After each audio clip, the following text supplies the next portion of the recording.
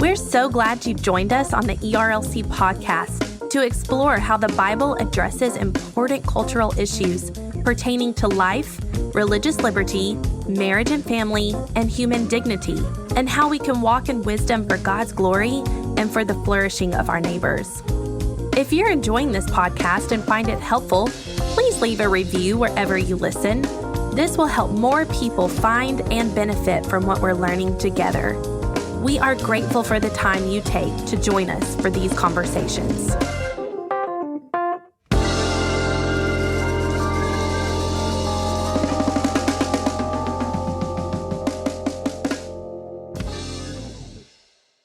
You're listening to the ERLC podcast. Finally, since we are marking the 1-year anniversary, is that showing that beep? Can you hear that? Your computer beeps every time you get a text? No, this is a new computer, so I haven't figured out how to. Do not disturb. Yeah. Okay, I'll do that. But is it like I'm muted? So disturb. Am I muted on the microphone or anything? Okay, great. What did I just say? Hello, and welcome back to this week's episode of the ERLC podcast, where every week we're talking about our work here at the ERLC and focusing on what Christians need to know about the things going on in the world. I'm Josh Wester, and it's a special episode. With me in the studio, or the virtual studio today, is our co-host, Lindsay Nicolay. I would like ever faithful co-host, please. Since ever faithful spoiler co-host, alert, Lindsay Nicolay. Yeah, Brent isn't with us. Good morning from Brent's not here. Well, good morning, Lindsay. And hello, faithful audience. Also with us on the podcast is the podcast ninja, Meagan Smith. Hey there. I'm definitely not Brent, but I guess that'll do for today. Brent is with his family on a long-awaited vacation. They are somewhere on their way to Florida. I talked to him yesterday, and they're breaking this trip into I want to say 37 segments, but really it's probably like 3 or 4. But they have small children and driving to Florida. When you say vacation, do you mean they're having a baby or actually going on a vacation? I mean, they're going to the beach, and as far as I know, there's no plans to have a baby or pick one up. Okay, an actual vacation. Great. Right. Just wanted to clarify. So, man, well, thanks for closing the loop on that, hopefully. Anyway, people, we are excited about this week's episode. There is a lot to talk about, some things good, some things heavy. And later in the show, we're going to talk to our friend, Dr. Scott James, who is a pediatric infectious disease doctor. Specialist. And so I mean, I would apologize for getting tongue-tied there, but man, what a title, what a job that this man does. And he's amazing. And he's also one of the most faithful and amazing Christians and people that I've ever met. And so we're going to talk to Scott later. He's been on the podcast before, about a year ago, as we were entering into the pandemic. And so since this year, I should say it at the top, since this year marks basically the 1 year mark. It's today, by the way, we're recording this on Thursday, March 11th. And today, 1 year ago, is when the whole world shut down, it felt like. Lindsay, so that we can get into it, tell us what the ERLC's been talking about. First, I have to say, one of the most notable things about Scott James is that he is a Florida Gator and not a poser one, really? But one who actually went to the University of Florida. Yes. So I'm sure we'll give a little shout out during the interview. A big old chomp for him. Exactly.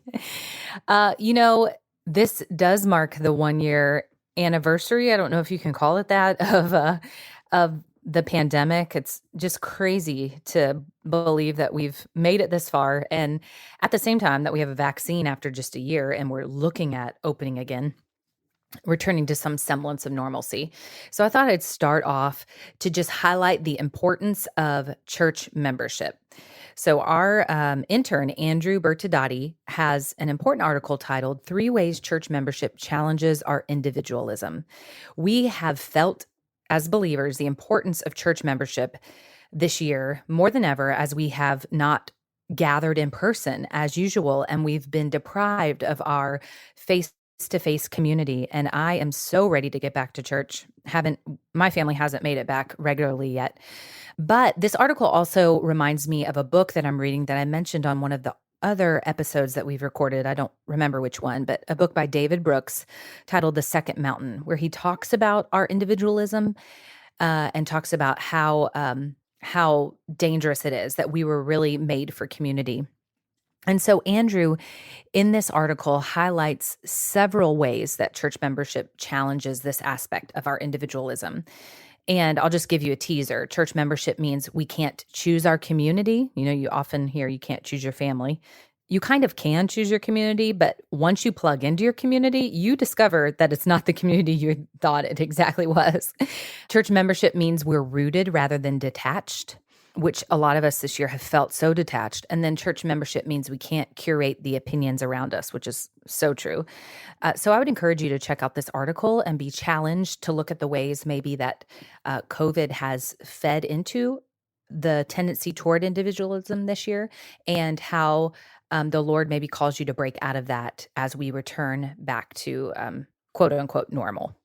This is a really good article, Lindsay. I love the end. Andrew, he says, when we commit to a local church body, we are granted a church family to bear our burdens in an isolated and unstable world, which is so right for right now, just how the church can come around us and what a blessing it can be when the world is falling apart. The church can be that stable thing. Now, there's sinners that make up a church, but the church can really be that rooted groundedness that we need. And I feel like, honestly, I would have loved to learn that lesson a lot earlier in my life. I think in even college, we were encouraged that you could church hop and that would be fine. But the value of church membership is just so important. Next up, we have an important article by our policy staff. Now, this is an explainer about a important Supreme Court case. I am not even going to attempt to pronounce the names involved in this case because it is near impossible for me. But this explainer tells us about how the Supreme Court sides with a former student on religious free speech. So in 2016, this student was at Georgia Gwinnett College, and he, as the article says, talked with interested students about his Christian faith and distributed literature on campus grounds. And a campus police officer approached him and informed him about a policy in place that prohibited this distribution. So this student sought to protect his free speech, and this case was won in the Supreme Court. So, Josh, what more can you tell us about this case and the importance of it? Yeah, Lindsay, you did a good job. It's a tough thing, so I'm gonna try to make it very simple for people. Here's the deal: all the time on some of the more liberal or progressive public college campuses all across the country, they have implemented these discriminatory policies that keep Christians and other religious students from sharing their faith and practicing their religion, even in places on campus that are marked free speech zones. So that's what happened at this college. This guy was a Christian. He was sharing his faith on campus. He was approached by campus police and told, hey, you can't do that here. We have 2 specific free speech zones. Check that out. Free speech zones. And you have to go to one of those 2 to do that. So then he says, okay, no problem. I can do that. He goes to the free speech zones. And then he's told, hey, you know what? You're not actually allowed to share your faith here either. Well, this happens all the time. That what happens? He contacts some First Amendment attorneys who represent him and are going to help defend his rights to free speech. This ends up going to the courts and in litigation. And as they are having this legal battle, this happens not just at Georgia Gwinnett, but at colleges all across the campus. all across the country. When the school finds out it's going to lose on First Amendment grounds, it just changes the policy. And then goes, oh, well, we're not going to lose this court case. That policy doesn't exist anymore. And so you would think, okay, what happens is they change the policy. The policy is no longer there. So then the lawsuit goes away. This lawsuit, the Supreme Court decided 8-1 that is no longer a loophole that colleges can pursue in order to avoid the penalties for violating people's civil liberties. And so in this case, this guy was suing for what's called nominal damages. That's like $1 or $10, like something totally insignificant. But it's so that even if they change the policy, he can still get a judgment rendered about whether or not the school violated his civil rights, which will stop other schools from being able to do that in the future. And the Supreme Court said, yes, you can sue them even for $1 so that we can rule that they were in the wrong for what they did. Now, the court didn't actually rule on the merits yet. They didn't rule to say that the school did violate his civil liberties. But the fact is that they did, and that's the kind of judgment he can now get. So this is actually really, really good news because it keeps colleges from being able to discriminate against people and then change the rules at the last minute to avoid a legal loss. That was a helpful explanation. And I just have to comment and say, isn't it a wild world when we have free speech zones on our college campuses? It's just crazy. And free speech zones where you're not allowed to say things that you to have think or free speech, believe. right? Like, Exactly. How unbelievable. It is unbelievable. Such is the world that we are living in, our cultural moment. We have another explainer, actually, from our staff about a controversial removal by President Joe Biden. So the title is Explainer, Removal of EEOC General Counsel creates concern for religious liberty protections. So another important religious liberty story that we're covering. The EEOC is the U.S. Equal Employment Opportunity Commission. And as I said, he removed the General Counsel. And this is the federal agency responsible for enforcing federal laws that make it illegal to discriminate against a job applicant or an employee because of the person's race, color, religion, national origin, age, disability, or genetic information. So you can imagine why the removal of the General Counsel by a president would cause concern, particularly for those of faith and for the Christian community. The confusion is, can't the president fire anyone in his administration? So, Josh, I'm going to lean on you again for this. Can you clarify some of this for us, if it even is able to be clarified right now? Yeah, so I'm unbelievably fortunate that I had to jump in and help edit these articles before they were posted. Otherwise, I would have no idea what we're talking about because this is outside of my wheelhouse. But I'll tell you, so the EEOC is supposed to be an independent government agency that oversees the implementation and handles cases of discrimination related to the workplace. And so they handle basically employment discrimination cases. And in this particular case, the person that was fired, the general counsel, this wasn't a term that has not yet run up. I think it's a 5-year term that she was serving. And so when President Biden made the move to fire her, that was definitely reaching into what is supposed to be an independent agency and firing her. And the truth is that it's actually just an open question as to whether or not the president can do that. There have been other agencies where they have gone to court, going all the way to the Supreme Court to decide whether or not the president has that power. And the truth is that because this agency is not exactly like the other agencies where we've seen a judgment rendered, we just don't know the answer. Here's why this matters. This person who was serving as a general counsel at EEOC, she was perceived to be an ally or friend to religious liberty. And she was somebody who I've read that she took all kinds of discrimination seriously, that she took her job very seriously. She was not somebody who you would consider to be out there trying to pursue the agenda of the progressive or LGBT movement. And so in that sense, President Biden, in the first 50 days of his administration, has made it very, very clear that he is a vital ally for the LGBT lobby. And he is almost certainly going to make this move in order to replace this general counsel with someone who is going to be much more sympathetic to those concerns. And conversely, is probably much less likely to be a friend or ally to those who have either religious or conscience convictions that run into the agenda of the LGBT lobby. So this is if the Supreme Court ruling was really good news, this was kind of disheartening and bad news. I'm glad you're the one who had to read over this and help provide edits, because it would have definitely been over my head. But I'm thankful for our DC policy team, especially, who keeps an eye on these things and helps explain these important cases and instances to us. And just as a way to summarize it, one of the lines here in the explainer says, in any case, it's safe to say that the Biden administration's action is without legal precedent and may be overturned. So that would lead me to say, stay tuned to our ERLC social feeds and to ERLC.com for future developments on this case. As we mark the 1-year anniversary of the pandemic, it is apropos that we're talking about vaccines and that we have an article about vaccinations. And particularly this article by Catherine Parks, who is such a gifted writer and a gifted thinker. She explains how vaccines protect the vulnerable. And we've talked a lot about vaccinations on this podcast. We know people will land in different places. We wanted to provide Catherine's perspective about our high-risk family members and neighbors and the need for caution on our end for the good of them. And these few sentences really sum it up. Greater love has no one than this, and this is the love that compels us to serve our neighbors, and that's the love of Christ.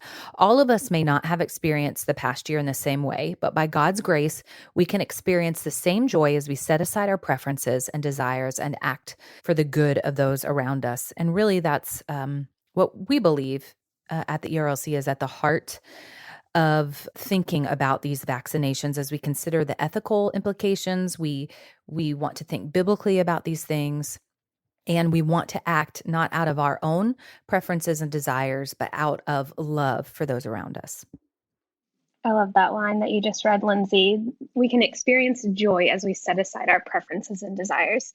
And Catherine did a great job of just really not make, really just drawing on empathy, I think, just stirring up compassion in our hearts about what's going on and not making some hard case for vaccines and just, I don't know. I was brought back reading it to where we were. She talks about being in a women's Bible study 1 year ago today, and we were all there together and We were, that's right. experiencing those moments. Yeah, just seeing how it all fell apart, the dominoes, she said, that continued to fall, and just decision after decision. And I think I've forgotten a lot of that. And this week has brought a lot of that back to realize like we've all been experiencing this so differently. And a lot lately has brought us together, like these vaccines that we're all doing together. But there's a lot of people that are still being affected by this in different ways. And that's what should compel us to make decisions moving forward. Yeah, that's a good reminder to end us on as we highlight some of these articles that we have on our site this week. Once again, I would encourage you listeners to check out our website to scroll through it. We have so many resources. If you ever need anything or have questions, just contact us at info@erlc.com. But Josh and Meagan, that's your look at what's happening on erlc.com. Hey, thanks, Lindsay. We're going to do kind of a hybrid format of a conversation and also a little bit of a culture rundown. So I have taken two major news stories from the week, and I thought we could break those into two sections and just kind of have a conversation about both of them. Today is March 11th. We're recording this on Thursday, March 11th, and it marks the 1 year mark. This is when last year we found out that the NBA came out and announced they had canceled the rest of their season. This is when we found out that Tom Hanks and his wife had COVID. And this is when it started to feel real. And we had no idea even then what it was going to be like. People were starting to make guesses about, okay, we're starting to shut things down. We started talking shortly after this about 2 weeks to flatten the curve. And that 2 weeks turned into maybe the longest year of our lives. And I don't think any of us could have predicted this, but there's some really, really good news on the horizon. So from Axios this morning, they reported their one big thing, or their lead story, was America's nightmarish year is finally ending. And that's something to celebrate. They said, today, 1 year after the World Health Organization declared COVID-19 a pandemic, the end of that pandemic is within reach. The death and suffering caused by the coronavirus have been much worse than many people expected a year ago, but vaccines have been much better. Axios healthcare editor Sam Baker writes, a year ago today, the U.S. had confirmed 1,000 coronavirus infections. We are now approaching 30 million. And in those early days, Americans were terrified by White House projections informed by well-respected modeling that 100,000 to 240,000 Americans could die from the virus. That actual number now sits at just under 530,000. Many models thought the virus would peak last May, but we were nowhere close. The deadliest month of the pandemic was actually in January. And last March, even the sunniest of optimists didn't expect the U.S. to have a vaccine by now. They certainly didn't anticipate that 300 million shots would already be in arms worldwide. And they didn't think that the eventual vaccines would be anywhere near as effective as these have turned out to be. So here's where we stand today. President Biden has said that every American adult who wants a vaccine will be able to get one by the end of May, and the country is on track to meet that target. The U.S. is administering roughly an average of 2 million shots per day, and 25% of the adult population has gotten at least one shot. So I don't know about you guys, but that strikes me as tremendously good news. I mean, when we were thinking about a vaccine, I don't think anyone thought that we would have one by now. And we definitely didn't know that it was going to be, the vaccines on the market would be as effective as these are. So I just want to pitch it to you, Lindsay and Meagan. We're a year in. Let me just start with, how do you feel today as you're thinking about where we are? How do you feel today? One word, ready. Or maybe two words, so ready. That's definitely right. Meagan, how do you feel? I don't know. This week I've actually had a couple friends get the vaccine, which is exciting to be able to hang out in a group of people, a small group still, and just be like, half of us have the vaccine, which is just something we didn't imagine. But there's been kind of a lot of anxiety amongst some of my friends this week, just reliving the past year and the anniversary of it and just thinking, whoa, a lot has happened. A whole lot has happened. You said it. A lot has happened.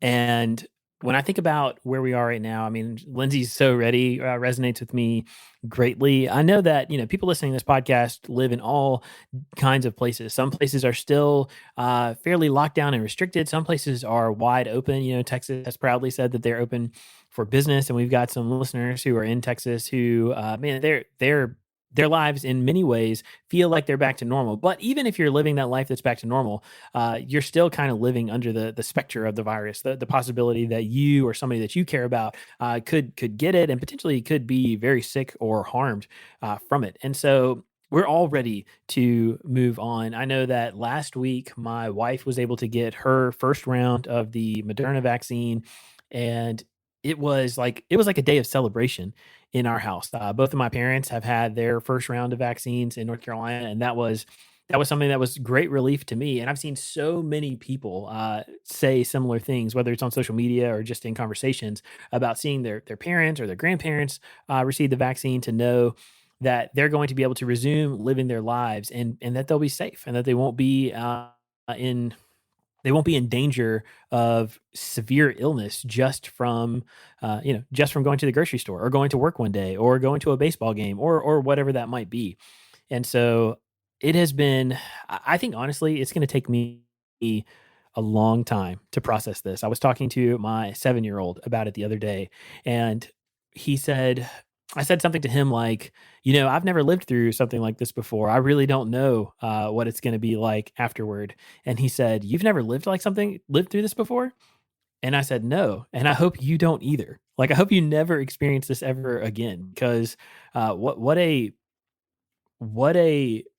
surreal and all encompassing thing a year of COVID has been for all of us. And we don't even know what all the implications are right now or the effects are right now. We're still processing it all together."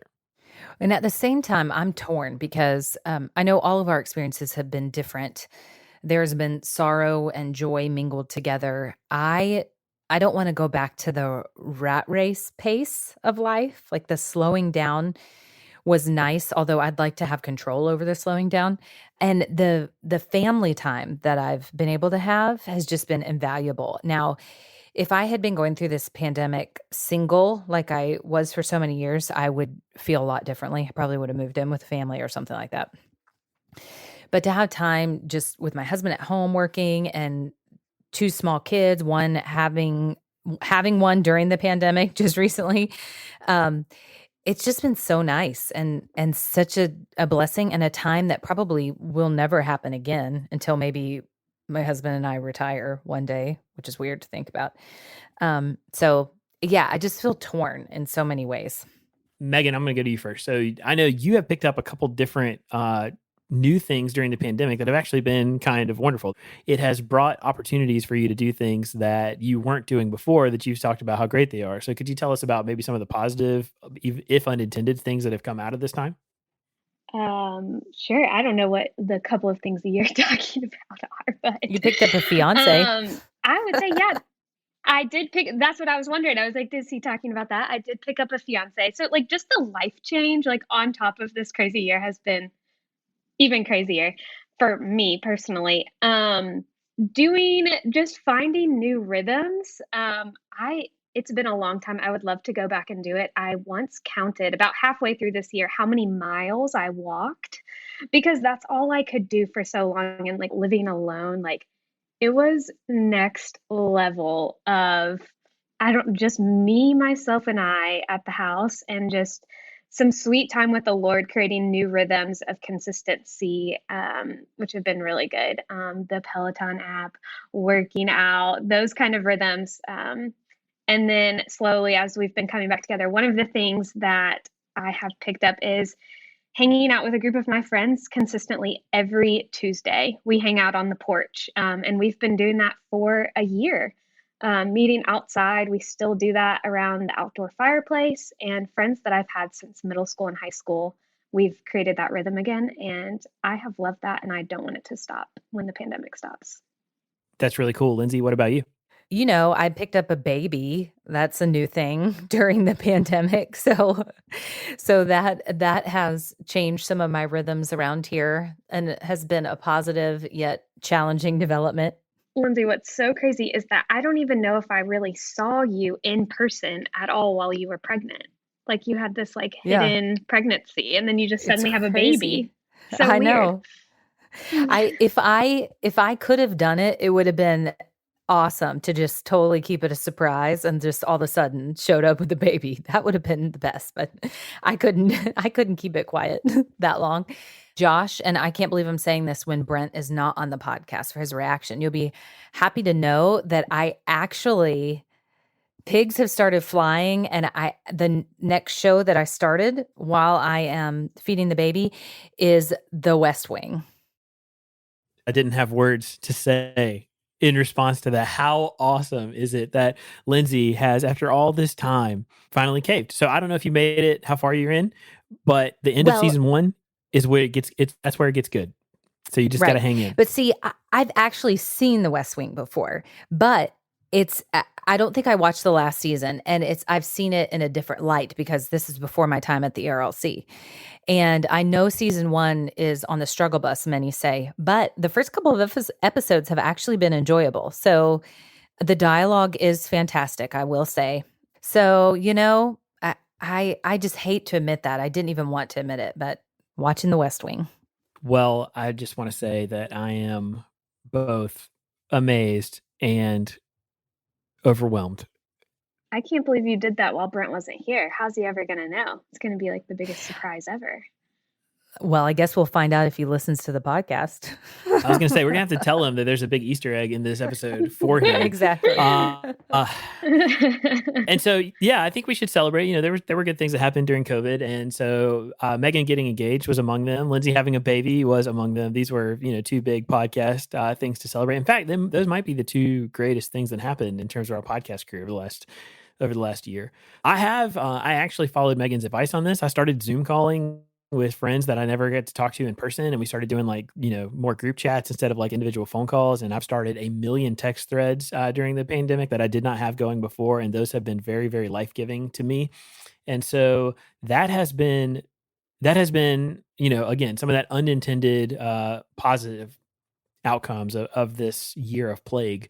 And I think, though, after even talking about it for this long, the big takeaway for me is that I'm so ready. I want to go back. I want to just steal that from Lindsay. I'm so ready for life to be back to normal. I was out there on the baseball field with my son for the first time on I think Tuesday night of this week, and it just felt so good to be back and to be out there again. But it's going to feel even better when we're doing those things and there's no concern about the coronavirus, and that's a thing that is a distant memory. I really am ready for that to be a thing of the past. So for the next thing that I thought that we would talk about, this is the other big story going on, especially in our world in Southern Baptist life, and it's news about Beth Moore. So I'm going to read this from the Biblical Recorder. They report, longtime Bible study leader Beth Moore has publicly announced that she is ending her affiliation with the Southern Baptist Convention and Lifeway Christian Resources, a relationship stretching back more than 3 decades. Moore made the announcement through an interview with Religious News Service on March 9th. She said, I am still a Baptist, but I can no longer identify with Southern Baptist, she told RNS. Another quote, she said, I love so many Southern Baptist people, so many Southern Baptist churches, but I don't identify with some of the things in our heritage that haven't remained in the past. End quote. She told RNS her perception of the SBC began to change in 2016 with the election of Donald Trump as president. Specifically, she cited his behavior toward women as revealed in an Access Hollywood tape and a lack of a condemnation from Southern Baptist leaders. On May 3rd, 2018, Beth Moore published a letter to my brothers outlining her experience as a woman ministry leader in Southern Baptist life. On October of 2016, she wrote about the attitudes of key Christian leaders that she said smacked of misogyny, objectification, and astonishing disesteem of women, and it spread like wildfire. As stories of sexual abuse in Southern Baptist churches became more widely known, Moore became a leading voice for accountability and healing. That culminated in her taking part in a panel at the 2019 SBC annual meeting in Birmingham that was titled Sexual Abuse and the Southern Baptist Convention, which was attended by nearly 1,300 messengers, guests, and media from the SBC. But in the RNS interview, she said by that point, she no longer felt a part of the SBC. So that conference that they just mentioned there, sexual abuse and the Southern Baptist Convention, that panel that Beth was on, that was something that was convened by our organization, the ERLC. And Beth is somebody who has been incredibly supportive of us and our work. She's been a vital partner in our efforts to combat and to deal with the sexual abuse crisis that is present here in the Southern Baptist Convention and the aftermath of the Houston Chronicles really expose, where they demonstrated hundreds and hundreds of abuse cases that had taken place in Southern Baptist churches across multiple decades. And so hearing this news about Beth Moore this week has just struck so many of us.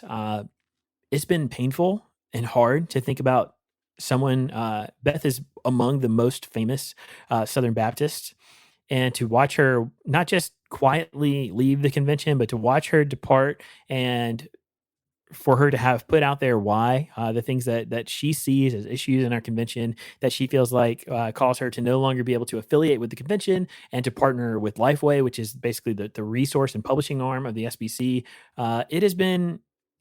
It's been staggering for me personally. It's been really hard to take in and wrap my mind around. I have had a number of conversations with people just in the last, it's been about 48 hours, I think, since we received this news or it became official. And there's just a lot of emotions and a lot of, there's a lot to say. But I thought I would just kind of come to you guys, Meagan and Lindsay, and ask you, like, how are you processing this? What do you think about the fact that Beth has announced that she is leaving the SBC?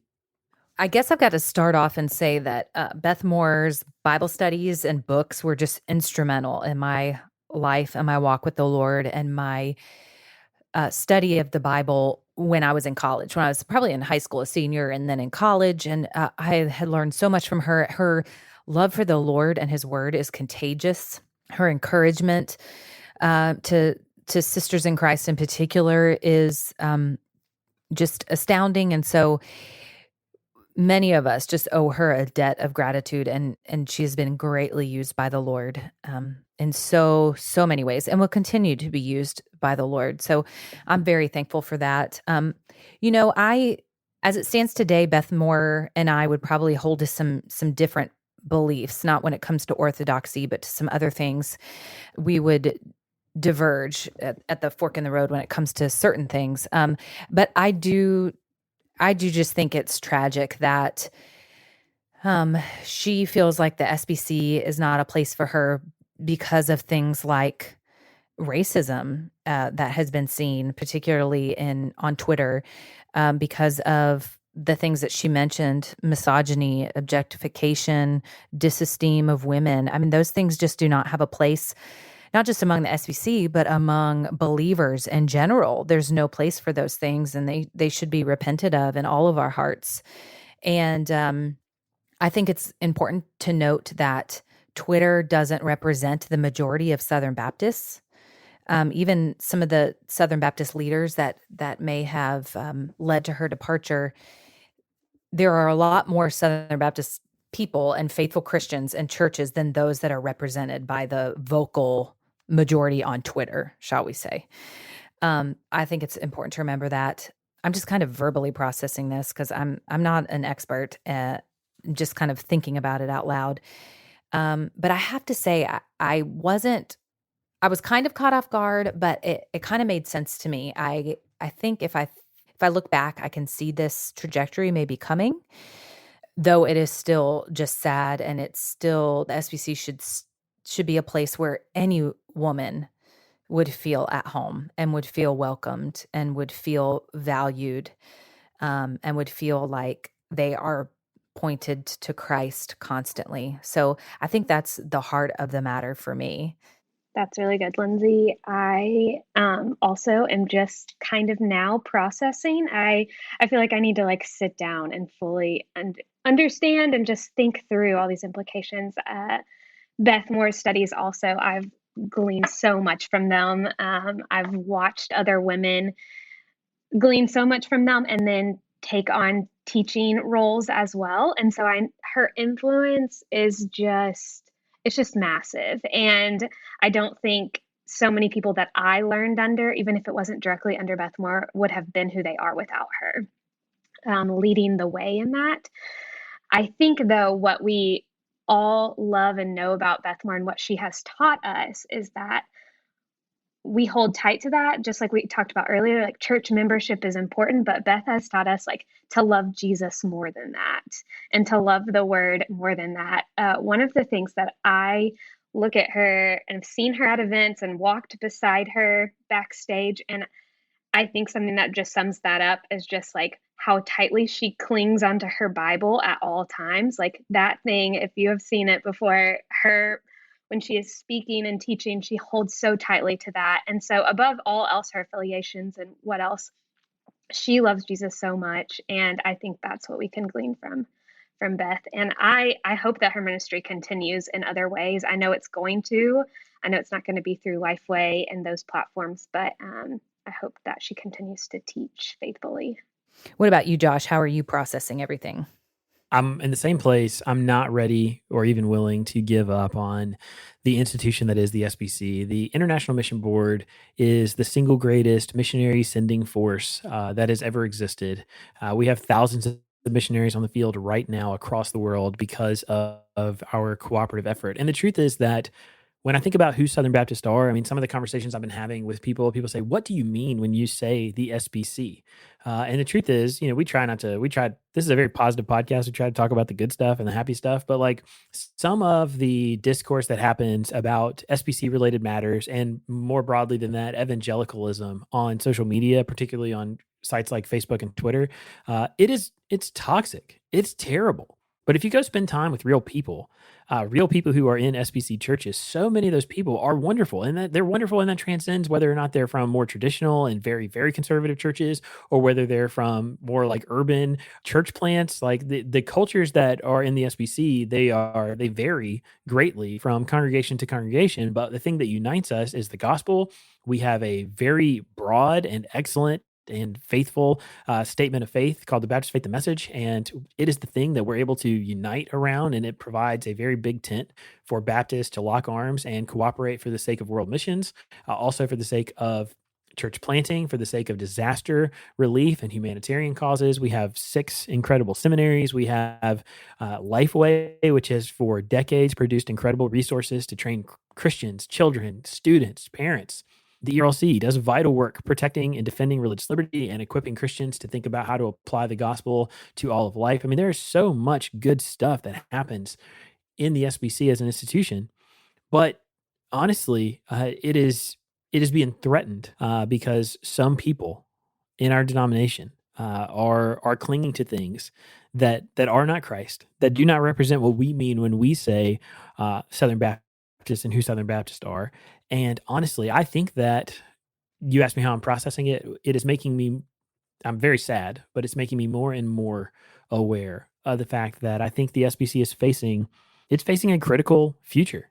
Like, it's an inflection point, and we're going to decide one of 2 ways that the SBC is going to go into that future. We're either going to retain our broad evangelical identity that has room for all kinds of people who can unite around the Baptist Faith Message, or we're going to go a different direction and become the kind of convention that has a very narrow understanding of what it means to be a Southern Baptist, that is only inviting to certain kinds of people. And I think that would be tragic. And so if you're a Southern Baptist and your church is sending messengers to the annual meeting, that's great. You should try to be one. If you are a Southern Baptist and your church doesn't send messengers to the annual meeting, Nashville is a great city. You should come see us in June. It would be really, really good for you to be a messenger from your church at the annual meeting, because even that, if it doesn't sound like your jam to go to a 2-day business meeting, it actually is really wonderful. There is sermons and worship. You get to see all kinds of some of the very best Southern Baptists. There's all kinds of things going on that make it really, really worth being there. Yes, there are parts of it that feel absolutely like a business meeting. It is, to quote Hamilton, the decisions are made in the room where it happens. You need to be in the room where it happens. And so we would invite you to be there, because it's a pivotal time. And Beth's departure is not the first, and it's likely not to be the last. But I'm committed to the SBC for as long as I can be, and I'm praying that God would lead us in a better direction.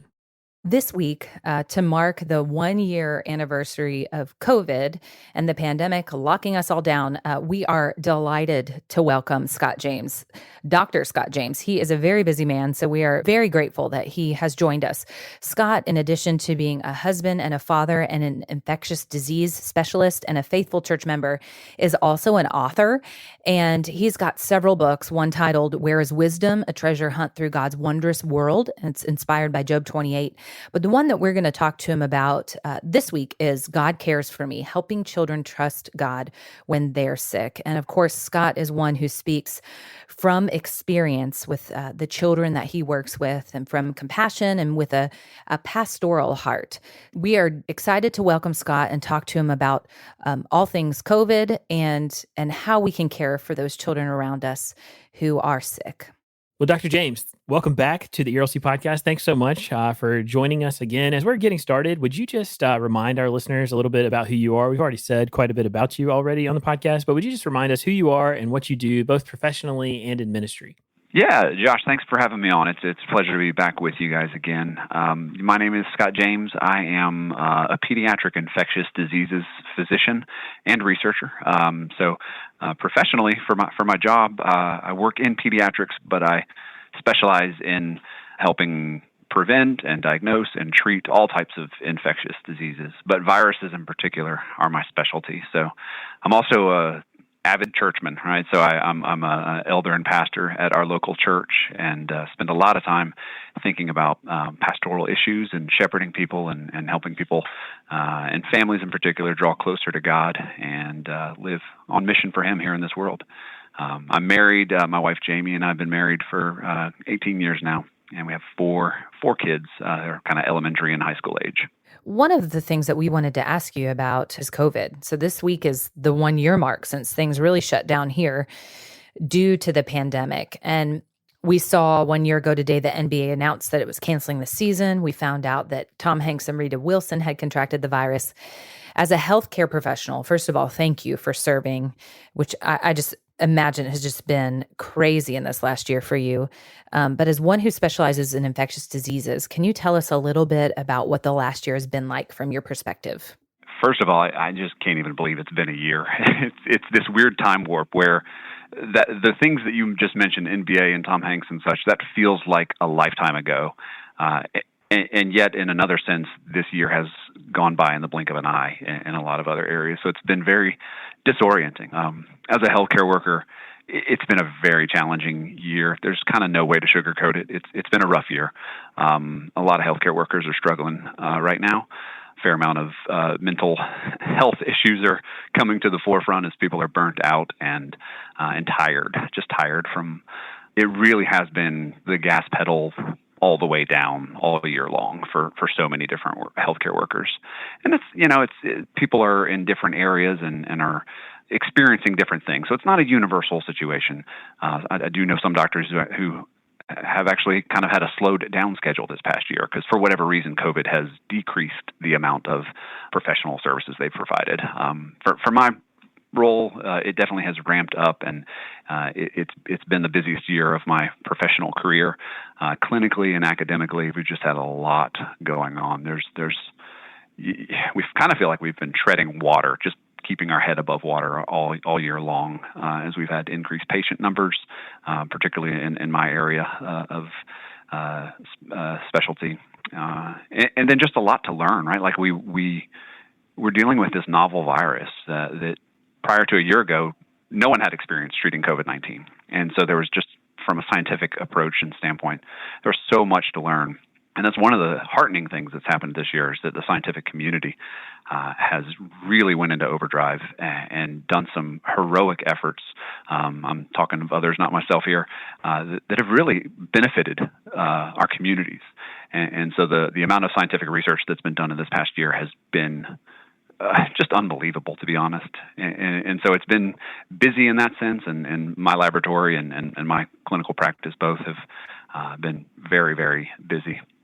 So as we think about the last year, we've been talking a lot about it on the podcast this week, just what all has happened. And it's been packed full.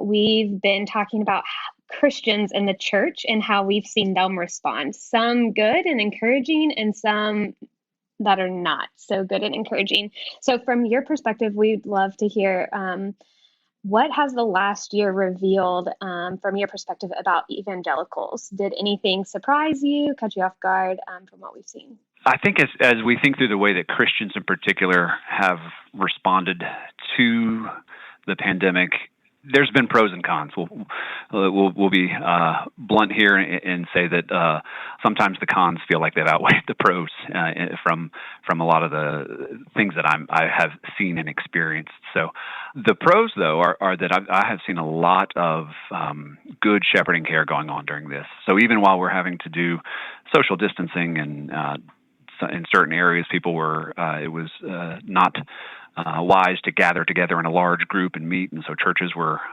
going virtual and live stream and that sort of thing. So throughout all of those challenges, the pastors that I pastor with, and then just a lot of other friends and church members in my area and across the country, have demonstrated remarkable faithfulness in being committed to the core mission, right? Being committed to continuing to love one another and fellowship with one another in unique ways, safe ways, but not neglecting the love one another, all of the one another commands that our life is supposed to give examples of.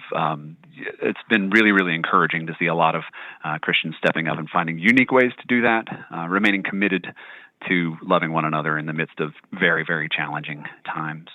I will say that one of the areas that I've been a little bit disappointed in is some conversations I've had with Christians who, when given the choice to act selflessly and do something that they might not prefer to do in order to benefit the public good around them, there have been some Christians who have dug their heels in and said, "We're not going to do that. We're not going to give up our rights. We're not going to act in a way that is different than what we feel like doing for the common good." And some of them have even said it that bluntly. And it's been real that just to see that there are even vocal minorities, just to see that there are even veins of that thought within the church communities around our nation is it's a bit disconcerting.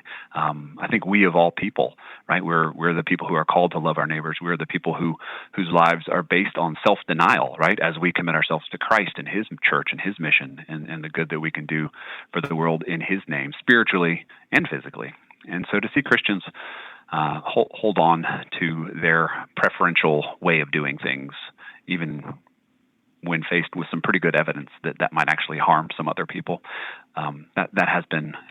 that's been disappointing. Scott, that's a really good answer, and I appreciate the amount of charity and precision you tried to use with your words there, because we have, we work at a religious liberty organization. We understand that Christians and in terms of their civil liberties, that they're so important, and we want to defend those things, and we don't want to see the government encroach upon those things.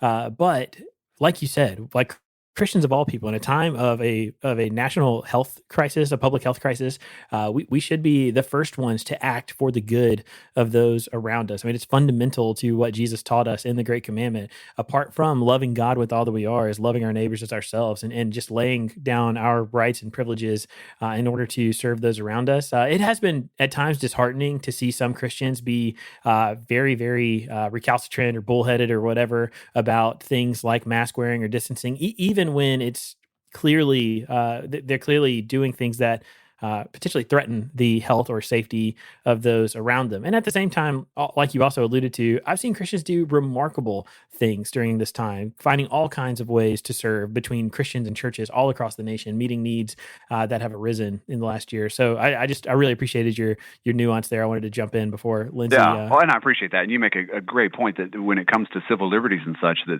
there are bigger kind of systematic issues that are bigger than kind of my field of view, even as a scientist. And so I appreciate that, and I really do appreciate when people are very well intentioned about protecting the public good in a long term, like even thinking beyond this pandemic. We want to make sure we're not losing important liberties just for the sake of this crisis moment that we're in. And so I really appreciate that long-term perspective and don't want to neglect that, and have learned a ton this past year about how public policy has far-reaching implications even beyond kind of the health measures that we're trying to advise. So I definitely appreciate that.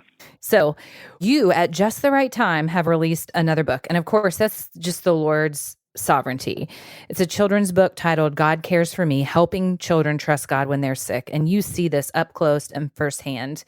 It's not about the pandemic per se, but it is a perfect time, although we wish that wasn't the case, for a book on this subject. So can you tell us why you decided to write it and what you hope to accomplish through it? Yeah, thank you. So the book is called God Cares for Me, and it's a simple story that really, what I'm hoping is it just is a resource for parents to be able to use to have some tough but necessary conversations with their kids. Because every kid is going to walk through a period in which they themselves get sick. Hopefully it's a minor illness, but, perhaps not. But also, even if a child remains relatively well, Lord willing, there's sickness all around them, right? They have friends and family members that are going to walk through periods of illness. And that's hard for a kid to process. So as a pediatrician, as a father, as a pastor, these are conversations that I'm having day in and day out, just the nature of the worlds that I inhabit in those roles. And so I wanted to just sort of help some parents think through tough conversations in a helpful way. I want it to be something that helps parents face the reality, the difficult reality that sickness can bring. So I don't think kids benefit from sugarcoating or avoiding the hard realities that we face. We live in a fallen world, and kids are not oblivious to that. And so if we don't acknowledge the reality of some of the difficulties that we face, we're doing our kids a disservice. And so the book walks through a sick day with a little boy who wakes up not feeling well. And for him, it's kind of like like you said, it's not pandemic specific, it's not COVID specific, but this child in particular has kind of a sore throat, sort of respiratory virus thing going on. And he's scared, right? Like he doesn't feel good, and he's concerned about that. And so his parents kind of meet him where he is and help him appreciate that. Yeah, like this is not pleasant, but despite all of that, we're here for you. We're going to take you to a doctor. The doctor is looking out for you, is going to do what's best for you. And then also, more important than all of that, the point of the book is to point to God and to help children clearly see that even during tough times, God is with us. God is in control. God is going to shepherd us even through this. He's going to take care of us. And then there's kind of a little bit of a turn in it, because the book is, since it's about a transmissible illness, right? So this child has an infection. The book also brings in some public health aspects, and that's where it's not pandemic specific, but it does have some kind of public health implications to it, in which the child is being reassured that God loves to take care of him, the child, but God also gives us the privilege of taking care of other people. And so it kind of has this love God, love people dynamic to it, where we're reassuring the children that God is in control, but we're also encouraging children to see that we're a part of his plan, and we get to bless the world through him. And so when we're sick, we want to act in a way that protects others and is doing good for the sake of others. I call it COVID relevant, but not COVID specific. So hopefully it has a life after the pandemic is over. But hopefully also it's a very timely resource for the current moment we find ourselves in. Gosh, Scott, I love that, because like you said, I do think the book came along at just the right time. And what a perfect time for this book to be released and for it to be a resource that we can get into the hands of parents. But at the same time, it is certainly going to transcend this moment and continue to have a lot of value. We spent time earlier on the podcast talking about, it seems like we're facing really good news when it comes to COVID. Between the vaccines rolling out, it seems like case numbers are falling, hospitalizations are falling, and that we are, we can see the light at the end of the tunnel. So thinking about the themes in your book and the way that you in your job serve families and children and parents, what are some things you think that we can take away from this moment? And as we think about what we've been through, like what are you thinking in terms of walking away from this? How should Christians, and especially Christians related to their children, like how do you think they should help them process all of this and think about moving forward? That's a fantastic question. And I love the premise that we are moving forward, right? Like that is something that we we have to realize that we can't despair. There is hope out there. Vaccines are rolling out with increasing numbers and continue, after going in millions of people now throughout the world, continue to be demonstrated to be safe and effective. We're seeing case numbers drop. Partially that's because we're coming out of the colder months as well, so I think that does contribute at least a little bit to it, but lots of reasons going on, but cases are dropping right now and things are going in a good direction, and so there's legitimate reason to be hopeful that we're kind of seeing the light at the end of the tunnel. And CDC even recently has kind of given some updated guidance statements that you just kind of can't help but be optimistic about. I think that said, however, there's still a lot of sadness to be dealt with and processed. We're right at the 1 year mark now for kind of pandemic life in the United States, and we've just crossed 520,000 deaths due to COVID-related illnesses, more hospitalizations than I can fathom. The total number of cases has been there's just still a lot of devastation. And just taking a moment to, even as we hope for what's ahead, to reflect on the fact that over 500,000 people in America have died from this. That's sobering, right? Like I don't want to move on from that so quickly to where we just say, okay, cool, it's over, let's move on and get back to normal. There's literal death and destruction in the wake of this, and we don't want to be doomsdayers, but I want to acknowledge that and take some time to reflect on that personally, right? Kind of as I move forward and think about what that means for the future and what's next. So I want to reflect on how hard it's been, and I would love it if we as Christians could be a part of kind of an ongoing reconciliation process. I want to have a hopeful future, and I want to be an active part of Jesus' mission as we try to serve and love other people all around us. As the people of Jesus, I want to see Christians be the kind of people who care about their neighbors and can help lead in these times of crises. And so I just really appreciated that final word that you left us with there. But also, we're grateful for your work professionally. We're grateful for your ministry to parents through writing and to children through your writing. And we want to say thanks so much for taking the time to join us today. Yeah, thank you so much. Yeah, definitely my pleasure.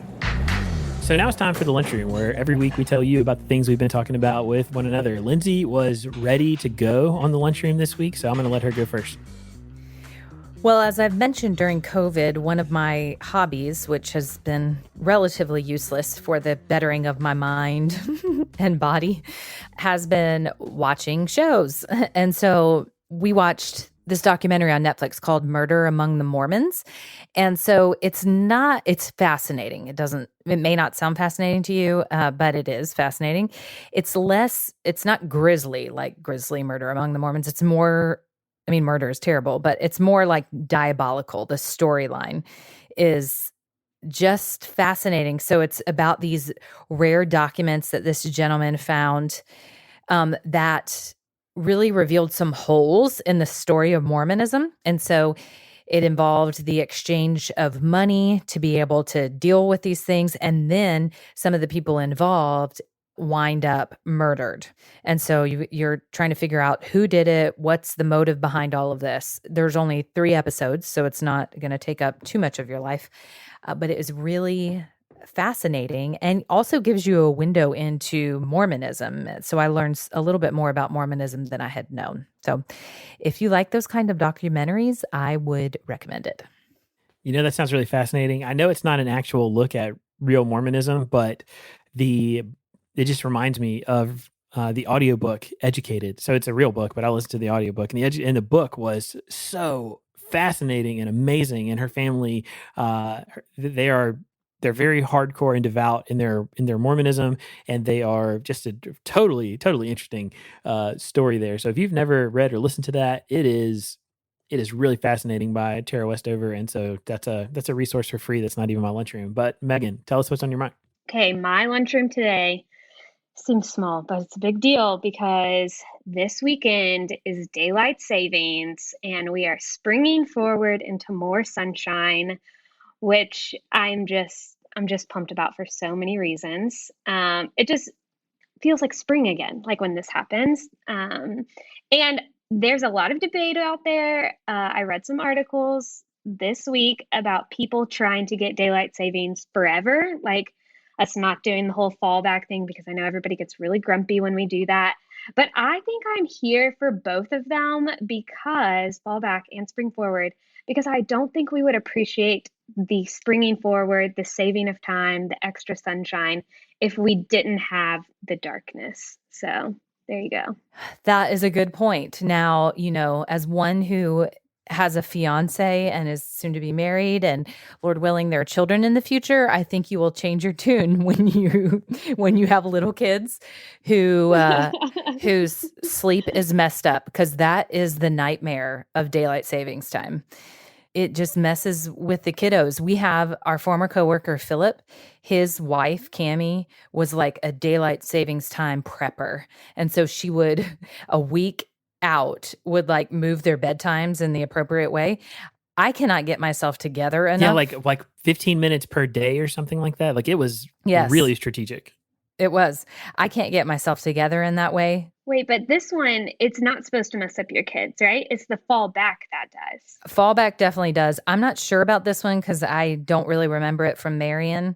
So I guess I'll report back to you. I'll let you know. But so that is why I dislike daylight savings time, just mainly the sleep issue. So it's funny because I absolutely hate spring forward and I absolutely love fallback. And I would put up with one awful time of spring forward just to be able to get to fall back. I like the extra hour that comes once a year. But here's my real, honest opinion. I don't understand what would happen if we cancel daylight savings time enough to know if I'm for it or against it. There are smart people on both sides of this equation, and I have no idea. I thought eventually it would the sun moving. I don't understand the planets and all the things, but something would happen. But in one of the articles I read, it's mostly about energy saving and farmers and our working hours and stuff like that, which we don't really follow anymore. But it's kind of an old tradition to save energy. I think it started during World War II, but somebody can fact check me on that and see. But the whole plan was, energy conservation and making the most out of the natural sunlight. But so that we can move off a topic I don't understand, here's another thing I don't understand, which is not actually my lunchroom, but we can't do this episode even without Brent, without mentioning the drama of the royal family. If you paid any attention at all, you saw that Harry and Meagan sat down with Oprah to do a just insane interview that I kept getting push notifications on my phone from all these different news services about the things they were saying. Here's the thing. I think it's really sad. I don't have any opinions about who's right or wrong or doing whatever, because it's not my family. But here's the thing. It is a family. And I know they're royals, and I know that, there's press and paparazzi and all kinds of things that go along with that. It just makes me sad to see a family's drama be broadcast to the whole world like that. It's sad to see your drama being aired on not just national TV, but on international television. And I hope that they can come to a reconciled resolution. I definitely agree. And so my last thing for my real lunchroom this week, the thing I can't stop thinking about are deepfakes. So we have known this is coming for a long time. We've been talking about it for several years about what it's going to be like when deepfake technology is finally here. And guess what? It's here, and it's only going to get better. But it started, or at least the thing that I saw going viral was deepfakes of Tom Cruise, where Tom Cruise was, it's not real, but you see this guy, it looks just like Tom Cruise, it sounds like Tom Cruise, and he's, there's a video of him playing golf, and it's surreal. But then since then, there are now these websites or apps that you can use to take a picture and then input audio, and you can literally put words in somebody else's mouth. What I can say for sure is that our culture is not nearly prepared for what could happen as a result of deepfake creation, and that this is honestly, while right now it seems like a kind of fun thing, because there's sin and evil in the world, it is bound to be used for nefarious and wicked ends. And so I am honestly very, very concerned about where this might go. But for now, I'm enjoying watching these images come alive, because right now people are just having fun with it all over the internet. And a theologian named Abraham Kuyper, somebody took a famous photo of him and had him singing a contemporary song. And it was it's kind of jarring to see somebody who lived in the 19th century and is now, he's been dead for more than 100 years. And in this way, it looks like he's alive. So that's just it's a weird thing that comes along with technological innovation. It is weird. So Josh, we'll see when you get your first deepfake what song you'll be singing. If you'll be Rickrolled or something like that. Oh man, well there is a or good maybe video. A Gaither song. We could deepfake you into the Gaither vocal band.